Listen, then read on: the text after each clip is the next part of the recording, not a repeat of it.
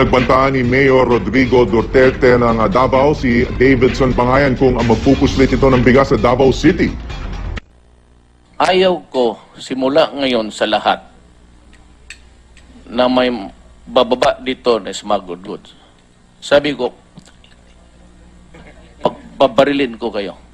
And if this guy would go to Davao at start to unload, at nakakita ko nandyan siya, you must be in the commission with crime, I will gladly kill him. Pero si Justice Secretary Laila De Lima hindi natuwa. It's definitely wrong. It's definitely wrong. It's not just, it's not just the human rights aspect of it all, but it's the law. You don't just kill. I find it disturbing na right here in the halls of Senate, he would openly make such statements. Hindi na ba natin madidistinguish kung ano yung tama? Mayor, sabi ni Secretary De Lima, ikaw daw mag-shut up, sabi niya. Siya mag-shut up, siya ang walang trabaho. Ano bang nagawa ng DOJ until now? I said, they're still trying to, they're agonizing to establish what the name. Pato hindi nila kami dinidiktahan. Alam namin kung kailan kami magfa-file ng kaso. Ayaw naming ura-urada lang. Hindi naman po kami gano'n na dahil hot na hot yung issue, magpapasikat kami, magfa-file ng kaso. If you are there for a long time and you have not solved smuggling until now, and yearly we lost 7 million, that is a crime and that is criminal negligence on their part. Itong si De Lima, she has been bypassed several times. Don't you think it's about time to adopt a certain degree of delicadeza by stepping down?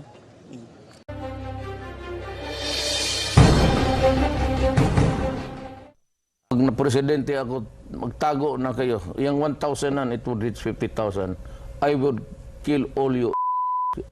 This is Davao City Rodrigo Duterte's warning to all criminals if he ever assumes the presidency in 2016. It's a bold statement that's not entirely surprising coming from the man who's known for his iron fist leadership. But for Justice Secretary Laila De Lima, Duterte's statements are abominable and reprehensible. I find those statements of his, at the very least, annoying and definitely disturbing. I mean, ano bang klaseng mga statements yan? Katawa-tawa tayo sa international human rights community. Kung sasang-ayunan ho natin yung ganyang pananaw, katawa-tawa talaga tayo as a society. And international organizations like Human Rights Watch, they take these things seriously. Pero tayo, yung iba sa atin natutuwa pa. Lalong ina-idolize si Mayor Duterte because of that kind of a stance. But is that right? Hindi po tama yun. Sinashut up niya ako. I cannot shut up.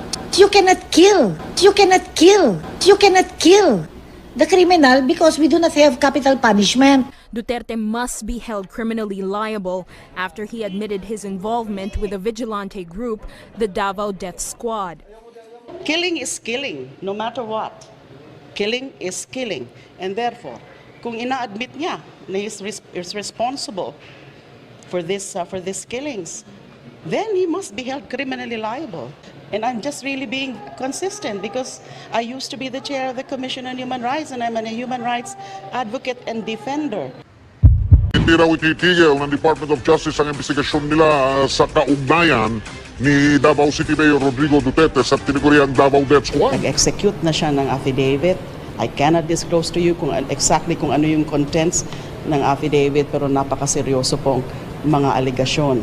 So lahat po yan ay binavalidate ng NBI, nagka-case build-up ang NBI.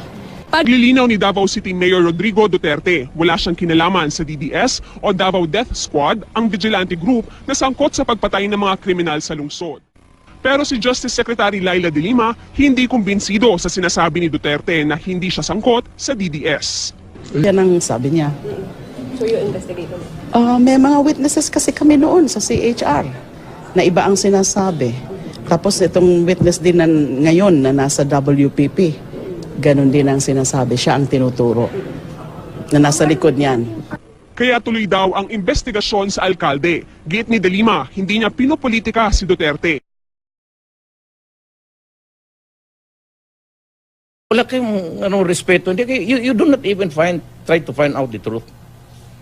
Di ba sinabi ko na sa'yo, nag-usap tayo noon, hindi ako ganun, ma'am, and I-address you as ma'am. Although mas nauna ako sa eskwelahan natin sa iyo. Ni ma'am kita eh. Iba't ibang isyu rin ang ipinukol ni Duterte kay De Lima, partikular ang pagkukulang nito sa pagbabantay ng bilibid. Sagasaan kita. Sinagasaan mo ako na sa power ka, sasagasaan kita. You better stay there, DOJ, until the end of time.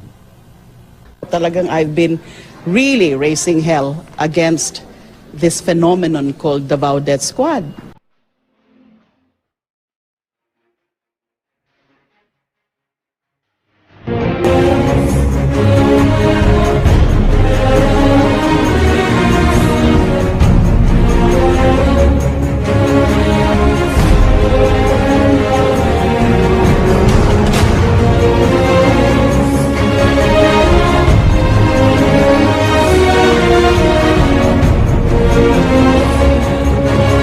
DOJ Secretary. Kasalanan ko yun? Are they accusing me na ako may kasalanan? And then tingnan nyo na lang. What I can say is that balikan nyo na lang yung mga ginawa ko rin. Alam nyo naman siguro, for example, in the Bilibid, sino ba ang gumawa ng hakbang at sino ba ang gumawa ng konkretong hakbang para i-address yung mga napapabalita ng pamamayagpag ng mga drug lords inside Bilibid. Ilang beses ko na yan sinasabi na nung naka-receive kami noon ng mga intel reports about dun sa mga ginagawa nga ng mga ilang convicts sa Bilibid, I had to convene an interagency meeting and we met several times. And pinavalidate ko yung mga intel reports na yan na di umano may mga convicts na were still plying their drug trade while inside the penitentiary. So nung na-validate, ang next step, linano namin kung ano ba dapat gawin. May mga options. And then yung option na kung saan meron kaming consensus was gawin nga yung raid na yon. The major raid which happened in December 15 of 2014, where I personally led that major raid. Hindi madali yun. Dahil, dangerous. Kung meron nga mga namatay doon, karga ko yun. But fortunately, the operation went well, very smoothly.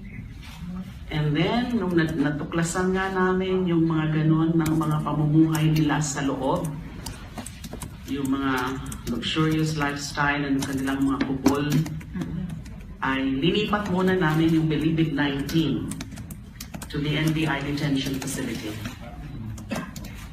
Dahil hindi namin alam kung saan sila ilalagay sa Bilibid. So, naghanap kami ng isang lugar sa Bilibid na kung saan pwede sila talaga ilagay.